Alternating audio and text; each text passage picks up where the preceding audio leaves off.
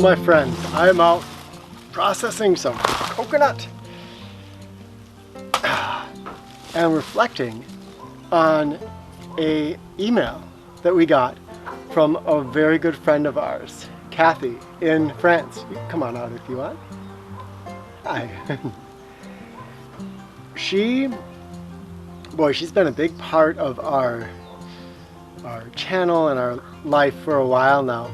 And she was watching one of our videos and it inspired her to look around her and try to find one thing that, well, actually just the first thing she looked at I think was her challenge. So, hi, come on over. So she looked up and she saw a window, and that window in front of her, and her first thought was, well, it's just a window. How can I appreciate that? And then she was catapulted into this beautiful series of observations about that window, from the panes of glass to the wood around it, to how it was helpful in keeping rain out and let the light in, and so many things. So there was this process from our usual mindset of we look around the world and there's all this stuff, whether it's a person that's just always there in our life, and it's so easy to just look and say, oh, that's Liliana, and that's a machete, and that's a coconut. These normal things in our life.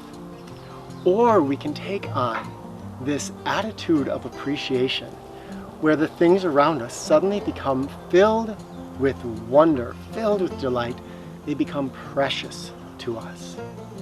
And this is the way to transform life from feeling in a state of lack and feeling in a state of boredom to feeling in a state of gratitude and thankfulness and amazement with what we have, what we're surrounded with. To do this, we can do just like Cathy did. She created this beautiful exercise for all of us. And how it works is you can look around, the first thing you see, or just choose something that doesn't necessarily stand out a lot. This blade of cane grass.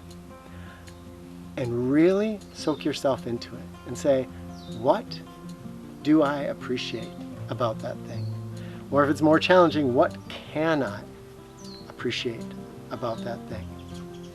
And then start looking. And I have memories about this cane grass on the other side of the island. It built a lot of strength for me. When can we do the coconuts? The coconuts, is that what we want to appreciate? Those are pretty easy to appreciate, I think, aren't they?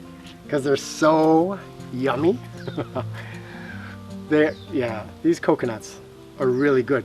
These ones, and depending on the video queue, I've either already done a video or will soon do a video on these.